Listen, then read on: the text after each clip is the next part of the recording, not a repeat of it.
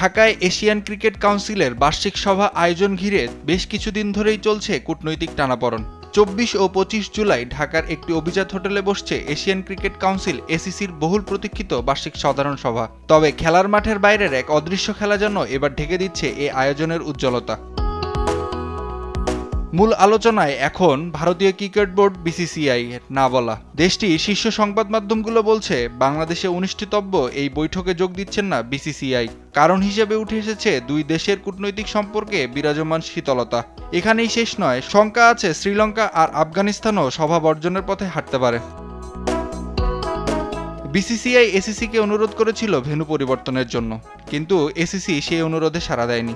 এদিকে বিসিবির অন্তর্বর্তীকালীন সভাপতি আমিনুল ইসলাম বুলবুল এই সভার আয়োজনের প্রস্তাব পান পাকিস্তান ক্রিকেট বোর্ডের প্রেসিডেন্ট মহসিন নাকভীরের কাছ থেকে।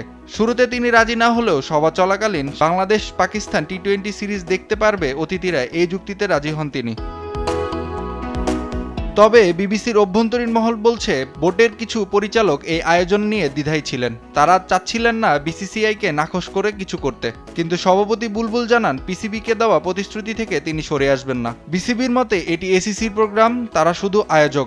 এমনকি এখনও যদি এসিসি চায় ভেন্যু পরিবর্তন করতে, তাহলে আপত্তি নেই বিসিবির। অন্যদিকে শেষ মুহূর্তের প্রস্তুতি চলছে বার্ষিক এই এসিসি সভার। এসিসির 25টি সদস্য দেশের মধ্যে 16-17টি সদস্য দেশ এরই মধ্যে সভায় যোগ দেওয়ার বিষয়টি নিশ্চিত করেছে বলে জানিয়েছে বিসিবি। তাদের অনারেবল ভিসা থেকে শুরু করে লজিস্টিক সব ব্যবস্থায় চূড়ান্ত পর্যায়ে। আর ভারতের কিছু মিডিয়া বলছে এই সভা ঢাকায় হলে সেপ্টেম্বরে এশিয়া কাপও বর্জন করতে পারে বিসিসিআই। নাইম আফসান, স্পোর্টস ডেস্ক, দেশ টিভি।